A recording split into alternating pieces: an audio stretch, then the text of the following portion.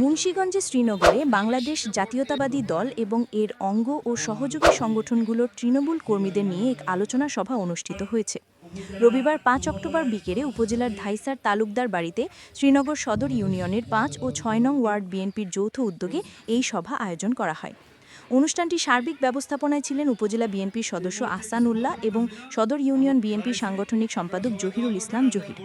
শ্রীনগর সদর ইউনিয়নের ৬ নং ওয়ার্ড বিএনপির সভাপতি দেলোয়ার হোসেন দিলুর সভাপতিত্বে এবং ইউনিয়ন বিএনপির সাধারণ সম্পাদক নূর ইসলাম বেপারীর সঞ্চালনায় সভায় প্রধান অতিথি হিসেবে উপস্থিত ছিলেন উপজেলা বিএনপির সিনিয়র সহসভাপতি আশরাফ হোসেন মিলন।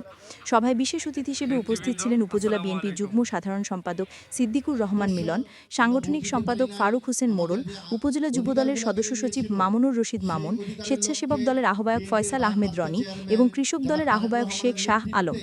এছাড়াও আমন্ত্রিত অতিথি হিসেবে ইউনিয়ন বিএনপির সদস্য মনসুর আলী বাদুল, বিএনপি নেতা আব্দুল হামিদ তালুকদার, ৫ নং ওয়ার্ড বিএনপি সভাপতি আবু বক্কর সেন্টু ও সাধারণ সম্পাদক শফিউল ইসলাম, ইউনিয়ন যুবদলের সাধারণ সম্পাদক মোয়াজ্জেম হোসেন মোড়ল, যুবদল নেতা আলমগীর, স্বেচ্ছাসেবক দলের আহ্বায়ক মেহেদি হাসান জেকি, সিনিয়র যুগ্ম আহ্বায়ক শাওন আহমেদ রমজান হোসেন টিটু সহ ইউনিয়ন বিএনপি ও এর বিভিন্ন অঙ্গ সংগঠনের নেতাকর্মীরা উপস্থিত ছিলেন।